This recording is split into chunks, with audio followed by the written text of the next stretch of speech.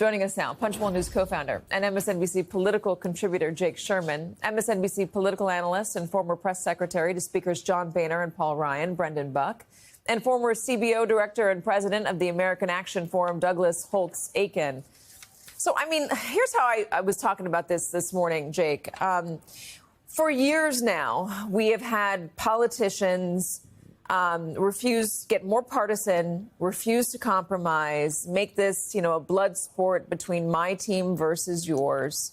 I don't want to say blood sport. Make this a competition between my team versus yours. You've seen them campaign on problems only to come into office and not solve those problems, leading the American people to think, what is the government good for? And then when you have somebody campaigning on nothing works, we got to blow it all up, you shouldn't be surprised when you have an American public that's cheering that on, or that at least looks at both parties and says, I'm not going to blame one of you. I'm going to blame both of you. Yes, I agree with what you're saying, but this entire institution revolves around leverage now more than ever, because the Congress doesn't work like it did in the 1970s or 1980s or before that, where you'd get a cross-section of lawmakers who think something should be taken care of and they work together, they get it done, and that's that. That's not the way Congress works anymore. There are a series of leverage points, either natural or self-created throughout the year, and lawmakers take advantage of them. And by the way, J.D. Vance is not the only one who's been a phony on this issue. I mean, Republicans are now saying, let's negotiate with the government opened. They caused a shutdown in 2013 to repeal Obamacare. They caused a shutdown in 2018 into 2019 for the border wall when Donald Trump was president, by the way. So no one is intellectually honest on this. And I'll just say this now, because I think you're going to ask this in a second. There is zero chance, zero, count that, zero, that there is going to be a deal between now and midnight to keep the government open. Not going to happen. The government is going to shut down in a few hours. The House isn't even here. So absent Chuck Schumer having some sort of revelation in the next couple hours that he wants to abandon all of his demands and pass a clean government funding bill that the House has already passed, this is not going to be averted, this government shutdown. Brendan, I think for the first time you might actually agree with Jake Sherman. He does, Katie, and it feels good to be right. I just will say that. Which I don't agree with. Broken clock every once in a while. Look, it's easy, to play a clip of J.D. Vance and talk about Republicans who wanted to shut down the government before. You could also easily play clips of Democrats saying, let's just keep the government open. What's the deal? Let's negotiate. That was my point in talking about this today. People look at Washington and they think this place is a hot mess. Why bother even getting involved in it? Because they don't actually want to work together.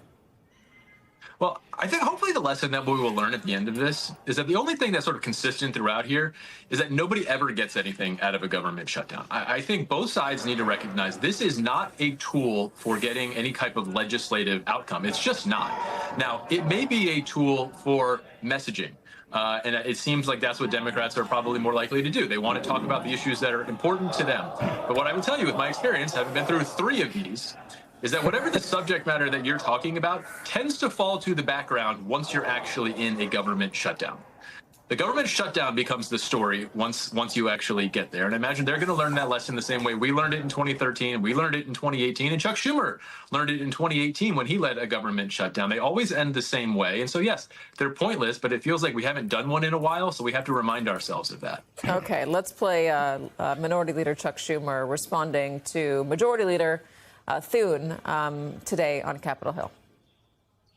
I just heard something that Trump said. Here's what he said. We can do things during the shutdown that are irreversible and bad for them, and irreversible like cutting vast numbers of people out. Well, there it is. Trump admitted himself that he is using Americans as political pawns. He is admitting that he is doing the firing of people if, God forbid, it happens. He's using Americans as pawns, as I said. Democrats do not want a shutdown. We stand ready to work with Republicans to find a bipartisan compromise, and the ball's in their court. When he says he will do things, he is taking ownership. He is taking ownership. It's just like in his first term when he said he will own the shutdown. All right, Doug, tell me a little bit about what it's going to mean economically for the government to shut down, which is going to happen in just a few hours now. Oh, there are always two layers to this. Layer number one is that government services are not delivered as they would be if the government was open. And, you know, we all know that some of the employees will be designated as essential and that they'll continue to do their work. And among those will be people collecting tariffs, I promise you. That'll go on.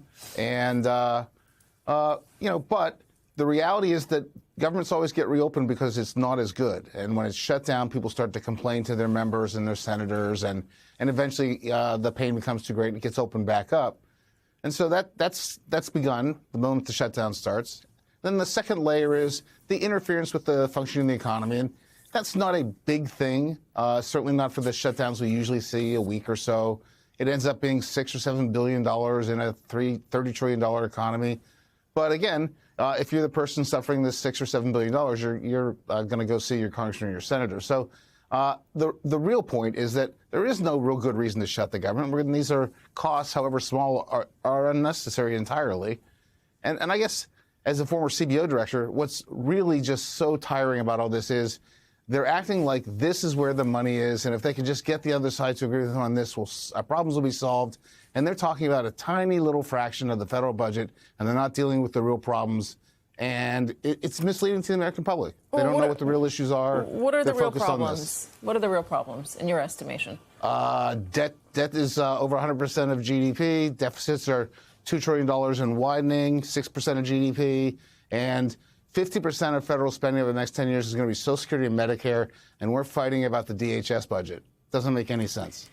Social Security and Medicare are so important to Americans, and the Democrats don't want to cut into it, and Republicans have run on not cutting into it either, even though arguably they did cut into it at least a bit in the last. And in 7 years, the Social Security Trust Fund is going to go bankrupt. So somewhere in the next 7 years, they're going to do Social Security reform.